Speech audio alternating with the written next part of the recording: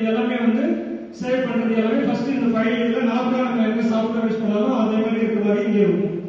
Next one வந்து edit menu. எடிட்ல போனோம்னா so நம்ம ஆப்ரேட் பண்றது அன்டு அது எல்லாமே கண்ட்ரோல் எக்ஸை கொடுத்து தான் பண்ணுவோம் இல்லையா. சோ அதே ஆப்ஷன் இதுலயும் இருக்கு. சோ அந்த மாதிரி ஒரு பேட்ச் என்டர் பண்ணும்போது அதை ரீநேம் பண்றது அது எல்லாமே அந்த எடிட் மெனுல இருக்கும். சோ அதுல வந்து view port, lights, editing, animation இது எல்லாமே ஆட் ஆன்ஸ்ன்றது பிளக்கின்ஸ். சோ மத்த அந்த ஆட் ஆன்ஸ் பண்ணும்போது எனேபிள் வந்து டிக் மார்க் இருக்குன்னு பார்த்தா எனேபிள் பண்ணாதான் நமக்கு வந்து ஆட் ஆன்ஸ் பண்ண முடியும். நெக்ஸ்ட் ஒன் பார்த்தோம் அப்படின்னா சோ இன்புட், நேவிகேஷன் இது எல்லாமே ப்ரெஃபரன்ஸ்ல உள்ள மேஜர் டூல்ஸ் ஆபரேஷன் வந்து ஆப்ஜெக்ட் வந்து ரெடி பண்றதுக்கு உண்டான இது. சோ இந்த இதுல வந்து பார்த்தோம் அப்படின்னா ரெசல்யூஷன்ஸ் வந்து நம்ம வந்து ரெசல்யூஷன் ஸ்கேல வந்து நம்ம டிஸ்ப்ளேல எந்த அளவுக்கு நம்ம வந்து கொண்டு வர முடியுமோ அந்த மாதிரி கொண்டு வந்துட்டோம்.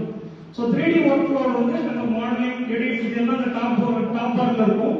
So render image, render animation இது எல்லாமே அங்க மேல இருக்கும். சோ நெக்ஸ்ட் வந்து விண்டோ பார்த்தோம் அப்படின்னா